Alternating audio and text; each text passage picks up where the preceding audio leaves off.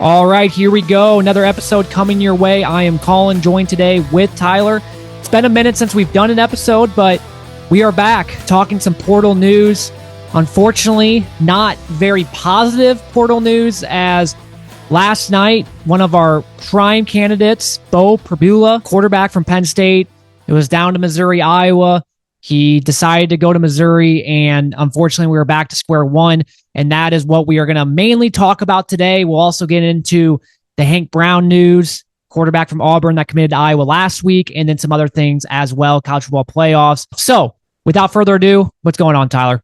Yeah, what's going on? See, we're 2 days from Christmas, and like you said, it's been a little bit since we were on the podcast, and I think you kind of alluded to the fact it's like I wish we were coming on here with maybe a little bit more exciting transfer news. But regardless, there's been a lot that's happened, obviously, in the world of the transfer portal, Iowa football, and just college football in general. So I'm excited to get into it for sure.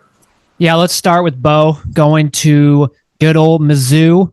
It was down, from what I've read, it was down to Iowa and Missouri for the last week. It was really four schools. It was Ole Miss, UCF, Missouri, and Iowa, and then Indiana was there, and then he canceled the trip to Indiana, and we Iowa fans were like, okay, like maybe good news. And then we kind of start hearing rumblings. It's down to Iowa, Missouri. To me, I was getting a little nervous when I was seeing that Missouri was going after another quarterback. And I was like, okay, is that maybe why Beau is like waiting because he's seen what Missouri's wanting to do? Is that because he wants to go to Missouri? And I guess if they take the other guy that's from Cal, I forgot what his name is, and then he'll come to Iowa. And it's like, well, I don't really want that. If you a guy that, is wanting to go somewhere else, but then they take someone else, okay, now I have to go to the second option. But he ends up going to Missouri. And to me, like, I don't think this was anything to do with NIL. I don't think this has anything to do with the swarm. Brad Heinrichs has come out and said that, we have the means to support whatever he was wanting. And Brad said he would have figured out a way with the finances. So it was nothing to do with that. I don't think it was anything to do with Lester. I just really think we just dealt a crappy hand with 3+ years going back to 2021, 2022, and 2023 of pathetic quarterback play, pathetic QB play, pathetic quarterback development, all those things mixed in. And so with that, long story short, you reap what you sow. And those 3 years back in 2021, man, we talked about this all the time where he had to do something. And unfortunately, he let it go on for 2 years. And that was 2 years way too long. Even 1 year, even if you would have let it go 1 year, I mean, that's still 1 year way too long. You are putting the reputation of Iowa's football program for the offense in a really bad place because it was a laughingstock of college football. And you can't tell me some of these guys don't realize that, right? They see everything too. So when you constantly see Iowa's offense just getting laughed at, it's just embarrassing. Why would this guy want to come to Iowa? And so for me, like even have him in consideration where it was down to like Iowa, Missouri, like that's pretty good, I guess. But yes, it does suck that we didn't get him. But long story short, we just got to change the narrative, and Tim Lester's got to change the narrative, and we'll get more into the quarterback play and what we do moving forward. But that's just my initial reaction to all of this. Yeah, I think, disappointed, but not surprised is where I land on it. Like you said, I think, again, like you mentioned it, what quarterback, what wide receiver right now in the portal is looking at Iowa as a potential landing spot to go play really good, football, throw the ball around and go get a bunch of yards and try to make a name for yourself and then go on to the NFL. We're not that program. Right now it's quarterbacks go to die. I mean, seriously, until things change, that's literally what it's been like. Yeah. And I mean, the other thing that I thought of too during this is the Cade McNamara situation. I feel like didn't help. No. You know what I mean? Like that ended so badly. A transfer that we paid a lot of money to, that we invested a lot of time, money, and energy into, and it didn't pan out. And I think, other quarterbacks might look at that situation too. And not all of it's his fault. He got injured. But, quarterbacks look at that situation and go, well, if a guy like that, can't succeed either at Iowa, and not, again, a lot of it's his fault, because I think he made bad decisions and he wasn't who he really was in the past at Michigan, and a lot of that has to do with injury and everything else, like I just mentioned. But they look at that situation, and go, well, he was a starter. You made the playoffs, like. He led a talented Michigan team to the playoffs, and he goes there and he looks terrible. Like, I don't want to look like that. So I don't know. I think that situation too, in and of itself, doesn't do Iowa any favors. Yeah, I just think that like that, and then right now we don't really. I mean, the receivers on the outside. I mean, think about it. Like, I'm not saying our receivers are bad, and I'm actually excited for the room because we're really young. We're bringing back pretty much everybody. But, when you're talking, okay, like Missouri's wide receivers or Iowa's, like, yeah, you're probably going to want to go, probably to Missouri if you want that, right? And then it didn't help that this last year, and I'm not really blaming Lester with this, but things really in the passing game didn't really change much, right? Like, we were still not that good. And if you look at like the wide receiver stats, I mean, they were similar to previous years. We were a little bit better. We had a couple more touchdowns by the wide receivers than we did in the past couple of years. And I actually looked at that yesterday, but regardless, though, it still wasn't great. And so it's going to take time. And that's what really sucks about all this is it's not a 1 year thing. Yeah. It's going to take time to really change that narrative of like, okay, you can come to Iowa and you can succeed, and the offense isn't going to be putrid. And it wasn't really this year, but it's going to take more than just 1 year. And it's going to take really to see, okay, now what do we look like moving forward without Caleb Johnson, right? Because you take Caleb Johnson out of the equation, this offense this last year, it still probably would have been better than the years prior, but would it have been that much better? Like that's the big question. But once again, I think Lester did have a good 1 year, considering he came in late.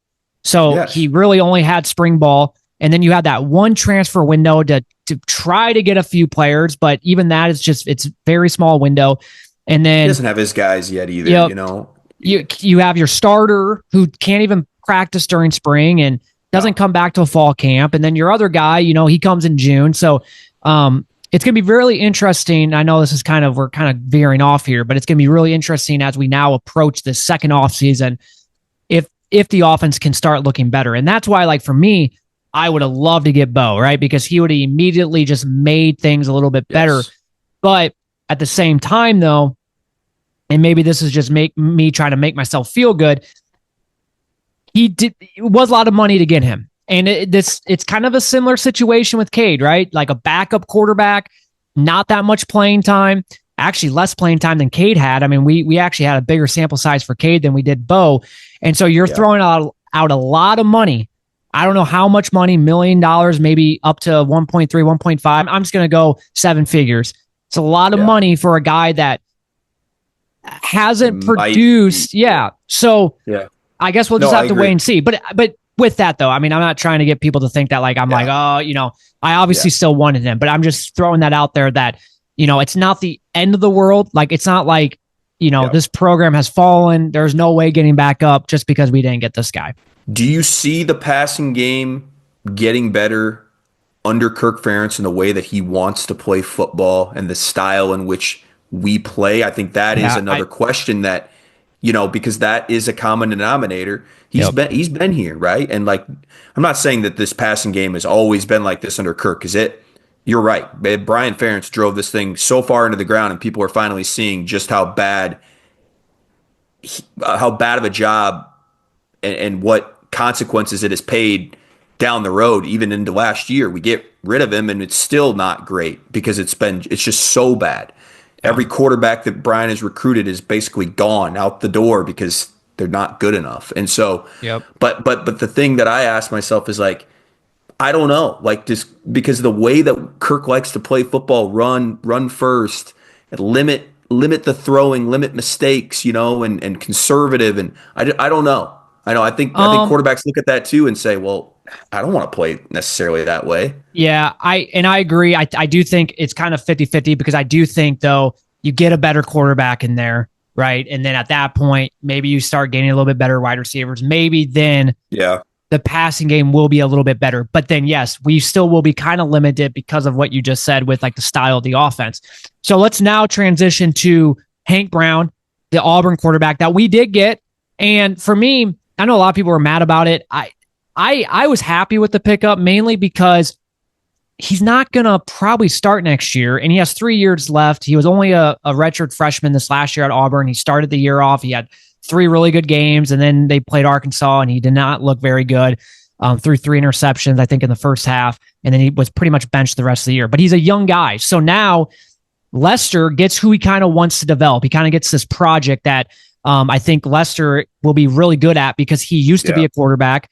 And unfortunately, like this last year, we were just talking about it, he was dealt a bad hand with all these bad quarterbacks that he had in his room. And think about them. And you just mentioned before, they're all gone now. James Lazar, Marco Linez, Deacon Hill from spring, Cade, like they're all gone. These are Tim Lester's guys now. Jimmy Sullivan, and then you have Brendan Sullivan, who Lester picked up last spring, and then Hank Brown now. So you got now Lester's guys, and you just, like 3 years to develop, 3 years to get better. And he's probably going to be our quarterback in 2026 and 2027. And I'm okay with that if he can develop into a good quarterback. And at this point, Tyler, like if we can't get portal guys because they don't want to come, our next best option then is to develop these guys into stud players.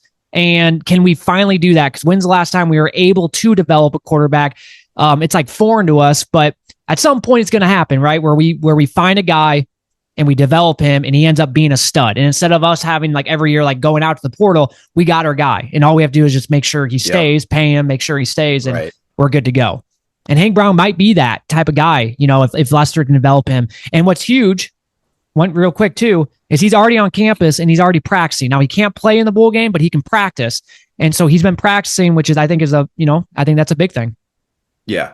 And how many times have we said this on this podcast? Beggars can't be choosers, right? We can't be on this podcast saying, well, geez, now that we finally got somebody, but it's because it's not somebody that it's not Beau Pribula who we all wanted. Well, then this sucks. No, you can't have it both ways. You can't complain about not getting guys, but then when you do, it's not the guy that you want. Well, beggars can't be choosers. And again, I think you're exactly right.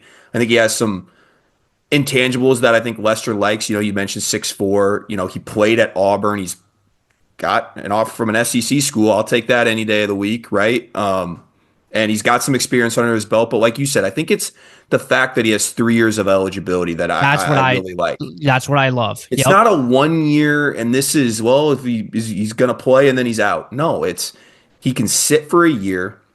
You're exactly right. Learn the offense. Like you mentioned, come in early, get a great head start, learn the offense, and, develop into what Lester thinks he can be. And I think that's that's something that any football team wants is a guy that, even in the NFL, you think about guys that rookies come in, you'd rather have them sit and learn, right, than throw them into the fire and have them look terrible. That's the way I look at it.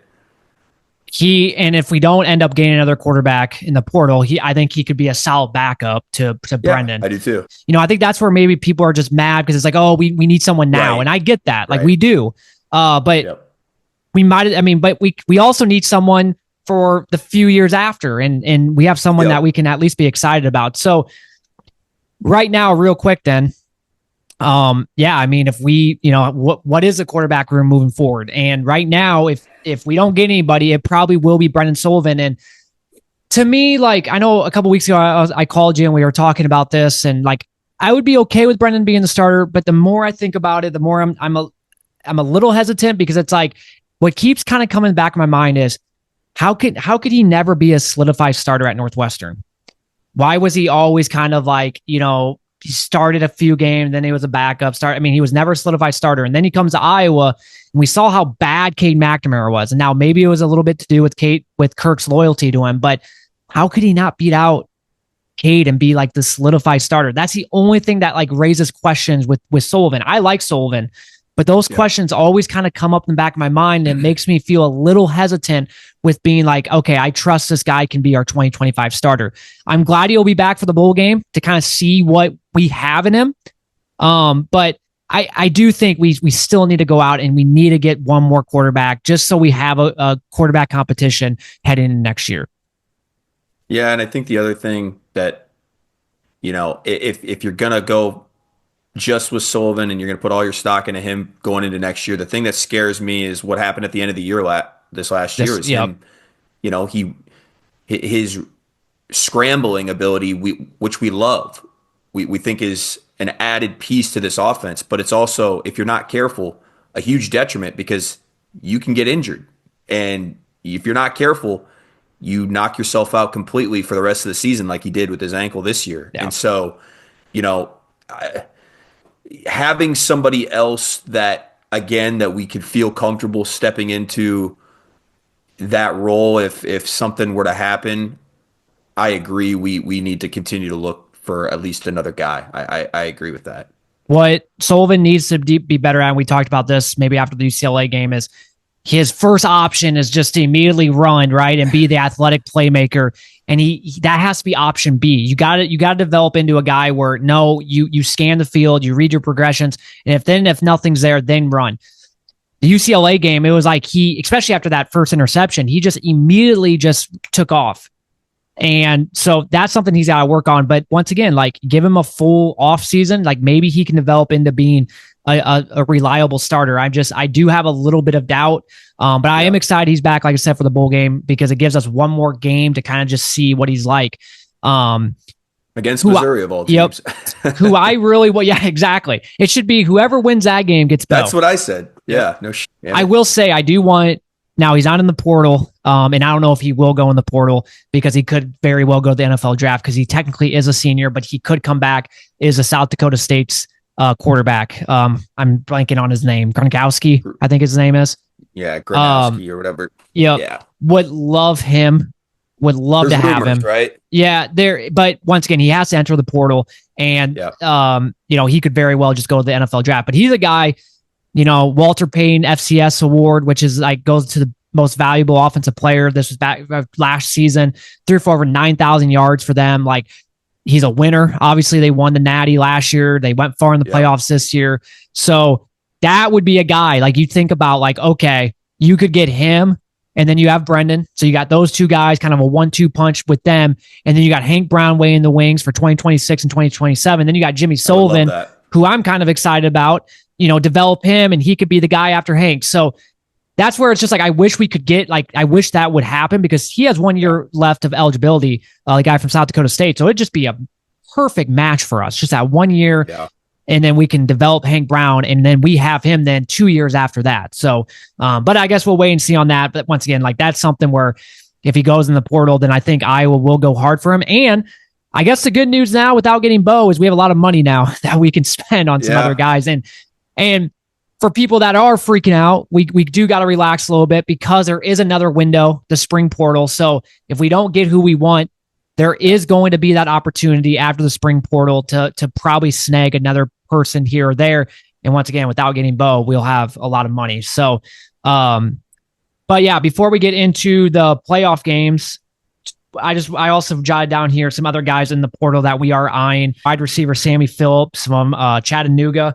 It's down to Iowa, Virginia Tech, and Memphis. And I tweeted at you today because we've been missing all of these guys. So I'm like, well, prepare to be disappointed because we'll probably won't get him. But that would be a pretty good pickup for us. He had over 2,000 yards, 9 touchdowns for Chattanooga. That would be just a good slot guy for us. And then that offensive tackle, unfortunately, missed out on another one. It was down to us in Ohio State, apparently, from what I was reading. We're going up against some big dogs in that one, Texas A&M, Florida State.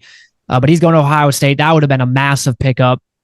He only allowed like 1 sack in his like entire playing career at Rice. And then the other guy is Jonas Pace from Central Michigan. And there's been kind of quiet on him too. I don't know what's going on. I know he visited Iowa like 2 weeks ago, but there really hasn't been much said about him. But that's another guy that we need. But the good news is we did get Ethan Hurk and Aaron Graves back. You talk, you kind of count that as like portal ads because those guys could have easily left.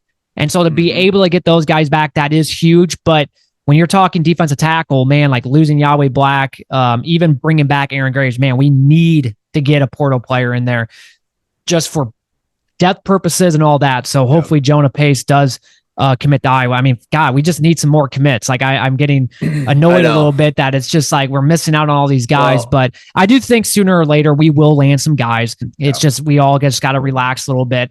We're trying for some top dogs, and unfortunately we're missing out on them. But hopefully we can start getting some guys maybe in another tier down a little bit to help with just depth and stuff. Yeah, I think real quick, retaining players is honestly any more just as important as getting players out of the portal, because those are proven commodities, right? You know what you're getting with the guys that are returning. That's number one. And then number two, I think, just the sense of urgency from us fans. I mean, it's you see around the country all these other teams picking up these players, and you're like, God, Iowa, come on, where are we at in the mix here? But I think, like you said, there's another portal window too, and hopefully we can go, like you said, add depth at key pieces where we need to. So quarterback, wait and see type of thing, unfortunately. Wide receiver. I mean, I would like another offensive tackle. It's not a huge priority, but I would love one. And then definitely defensive tackle. Defensive tackle, I'd maybe even want two guys at this point. Maybe a defensive end and then a corner. For me is what, like, if I could draw up a perfect, those would be like the positions, like 5 or 6 portal ads, one for each position, then maybe defensive line, maybe 2, but we'll see. All right, let's get into the college football playoffs from this last weekend. Not going to lie, was looking forward to them, and they ended up being not very good. I think I had fun for 5 minutes, and that was when Clemson made it a 7-point game early in the fourth quarter of that Texas game. And then shortly after, Texas had like a 75-yard rushing touchdown and the ball game was over. But yeah, just not great games, but I don't know. I mean, we can sit here and we could talk a little bit about, like, did they do it right? Did they not do it right? But yeah, what are your thoughts? Well, so I was with you. I mean, and I didn't watch all the games. I had some family Christmases this last weekend, but I was able to tune into most of them at different points in the games. And I agree. I mean, not real competitive across the board, but one thing I didn't really think about, and I think we got to take into consideration, and it's not breaking news or anything, but something that I think we forget when we watch these games. It's like, and I've heard it on a couple different podcasts now since this last weekend, and it's like, not only were the favorites all won, which I think shouldn't be shocking to everybody. They're favorites for a reason, but also they're playing at home with their home crowd advantage. Yeah. So if we're really tough, like, it's gonna be tough to get some like 1-score games and to get these games super competitive. I mean, that's the other added advantage. It's like Ohio State, they get the shoe. I mean, Notre Dame Stadium, like these are some historically good, Penn State, place. Yep. Penn State with the whiteout. I mean, it's tough. And again, I agree. We can sit here and argue. I think Penn State and Indiana proved that maybe, hey, Ole Miss, Alabama might have been a little bit better matchup. I don't think anybody's disagreeing with that. But, playing, what if all the time, doesn't solve anything either. So I think that has something to do with it. They're favorites for a reason, and they're all playing at home, which, I mean, and in general was just cool to see, I think, too. I think not a lot of people are talking about that. It was cool to see these home playoff games. Yeah, I absolutely love that. I mean, I think the home playoff games, I wish the next round would be home. Like, it adds something to it. That's college football, right? Like, when you really think of college football, you think of tradition, home field advantage. Like, I love that aspect of it. Yeah. But I agree. The games, they weren't competitive. They weren't great. The game sucked. There's no doubt about it. I mean, it's funny that the Indiana Notre Dame game was the closest game, and we thought, and we shit on that right away. Yeah, going into Saturday, we were shit on that, and it ended up being the closest game out of all of them. But yeah, I mean, that's just the thing with college football too, is the parity is a little bit more, where you're gonna get more times than not. I mean, this is probably gonna happen. Especially when you keep extending the playoffs, and at some point it will keep it getting extended. Like, it'll probably go to 14 teams. Probably go to 16 teams. In that first round, this is what's probably going to happen more times than not. You might get an occasional upset here or there. And I'm sure as the years go on, like, let's say we stay with 12 teams for the next 5 years. Like, I'm sure there will be some good games in the first round. It just sucks that this first year it wasn't like that, but it's not like it's always going to be like that. But yeah, the big talking point was like, did Ole Miss or did Alabama deserve to make it? And, like I told you, for a matchup wise, I would have loved to. I'd rather see Alabama play Penn State. I'd rather see Ole Miss play Penn State, or Alabama at Notre Dame, or Ole Miss at Notre Dame. But like you said, it's like, well, don't lose a third game we're talking and about go this 9-3 a little bit, and you're exactly right. I mean, you can't go beat who you're supposed to beat, right? Go beat the Kentucky team that hadn't won an SEC game up all year. Their only SEC win is against you, Ole Miss. Literally, yeah, they went 4-8, which they're not a good team. Like, and you're SEC, at home. Kentucky's not a good team. Yeah, correct. You're at home. Alabama, you lose to at the time, what were they? 5-5 Oklahoma, 24-3, and you lose at Vanderbilt. That's embarrassing. Yeah, and you lose to Vanderbilt. So you win one of those games, you're in. Like, that's the thing. You're in. Take care of one of those games, and you're in. And we don't even have to have this discussion, this debate. It's not SMU's fault. It's not Indiana's fault. No. They did what they were supposed to do, and I agree. Going forward, will strength of record matter more than an 11-1 or 10-2 record? Probably, and that's okay. This is just the first year, and we're trying to all figure it out. I just think, I don't know. You see Lane Kiffin on Twitter crying about his team not getting in. Yeah. Go beat Kentucky, man, and then it's funny because he was talking all this shit about Indiana, but then when Tennessee goes and plays a Big Ten school, so that's then he doesn't tweet anything about that, and they get trounced because it's the SEC narrative, and that's what's annoying about it too. There's that narrative too. Because here's the thing too, and I think I saw someone tweet this, like, Ohio State was the fourth best. I mean, they weren't the fourth best team in the Big Ten, but standing wise, they were the fourth team in the Big Ten. Yep. And so, your SEC team, your big powerhouse SEC team, got their butts kicked by them. By the fourth best team in the Big Ten. Yeah. So, what the big thing going forward is the seeding. Real quick. That's the seeding. The seeding is all messed up. It's terrible. You know it because, in my opinion, Oregon. You win a Big Ten championship, you go 13-0, and your reward is now Ohio State in the quarterfinals. Bullshit. Should be like Boise crazy. State. What did I tell you before the season? I said they should not do if you win your conference championship. And I was a little hesitant to it, but I'm seeing now that you were spot on with it. Like Boise State should be like an 8 or 9 seed. It's just because it's like who they play. Like if they played in the Big Ten SEC, like they don't like they have 3 or 4 losses. Like let's be real here. Yep. What I'm nervous about, and I told you that I texted you this on Saturday. What I'm nervous about is like with Indiana, they won 11-1 this year, right? They did what they needed to do. Moving forward, because I feel like Iowa's best chance to ever make the playoffs, it's not winning the Big Ten championship, because I just don't think that's probably going to happen, right? Like our best chance is to go like 10-2 or 11-1, not go to the Big Ten championship. But the problem was like this year, SMU, Indiana, and I feel like that they're going to use those as examples moving forward, and that's what's going to suck for like team like Iowa, who that's probably our best chance to make it. Like if we went 11-1, that's right? Their path, right? Yep. But like also though, like you look at like Iowa, and Iowa next year, like, and we'll have obviously podcasts to go over next year's schedule, all that. It's a really tough schedule. Yeah. And so like, we're not making the playoffs next year, but let's just say hypothetically though, we did go 11-1. We probably do make it because of who we play next year. Like we have a tough schedule. Like if we go 11-1, that tells me we either beat Penn State or we beat Oregon, because we play both of them.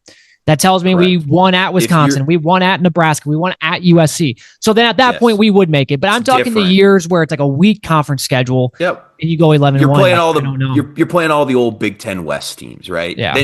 Like that's what I'm thinking of when you think of Iowa's best chance to make it. You're playing all the weaker bottom half teams in the Big Ten, kind of like Indiana, and because they won 11-1 in the Big Ten, even though they, like you mentioned, they didn't play Oregon.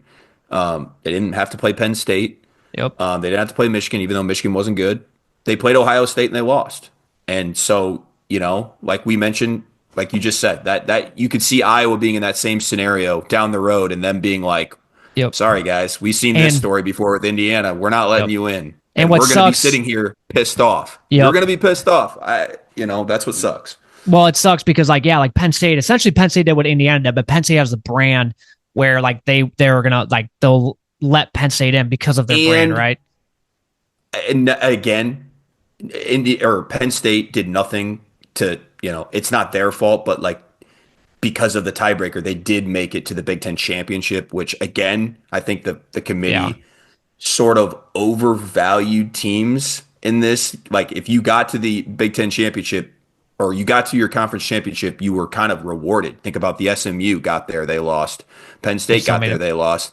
They still made it. I do think though, if SMU would have ended up getting because they were getting their butts kicked against Clemson, they did come back and make it a game. If they wouldn't have done that, I don't know if they get in. And I think another thing that helped like Penn State was like, even though the beginning of the game was bad, but they did come back and they made it like a 7-point game, right? At the end of the game. Yeah. And so like they kept it close against Oregon. So that definitely helped them as well. So I just think like moving forward for Iowa, I think like our best bet is for the playoffs to expand like 16 teams. Because then at that point, because like the 12 through like the 16 are going to be teams that have 2 or 3 losses right at that point. So like that would be our best bet to like start making the playoffs if we want to ever make the playoffs. And I think they were talking at that point, you'd get like at least 4 from the Big Ten and SEC. Yeah, which maybe there would be a year. And that's your better chance. Yep. Yeah. I think the big thing real quick to me, and we can, whatever you want to do.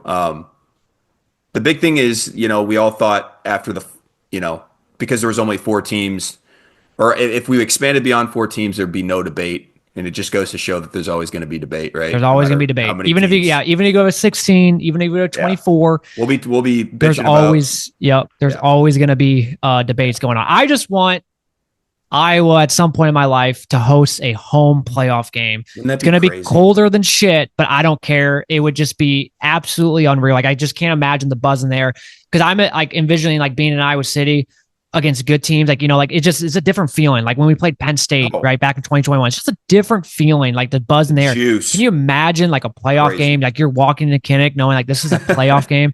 And it seems like it's so far, but like it could happen. I hope at some point, I guess it does happen. I don't know. Well, that will do it. I would like to talk more about maybe more of the playoffs. And we will, because we will definitely have an episode out after Iowa's Missouri game next Monday. We'll do a post-game reaction. Maybe we'll do it right after the game because the game's at 1:30, get done by 4:35. We could maybe crank one out right after the game, do our post-game thoughts, but we'll see with that. And then if we do that, I guess we can talk more about these playoff games because the next day will be the playoff games. Well, I guess 1 and then the other 3 will be on Wednesday. But exciting times ahead. I'm excited for the next round of the playoff games. I think the matchups are going to be a little bit better. You got Oregon, Ohio State, Georgia, Notre Dame. National championship game. Yeah, right like I'm in the Rose Bowl. Round 2. That's going to be a great freaking game. I can't wait for that. So, well, that will do it for this episode. Thank you guys all for listening. We will be back soon. Until then, have a Merry Christmas, Happy Holidays, and go Hawks.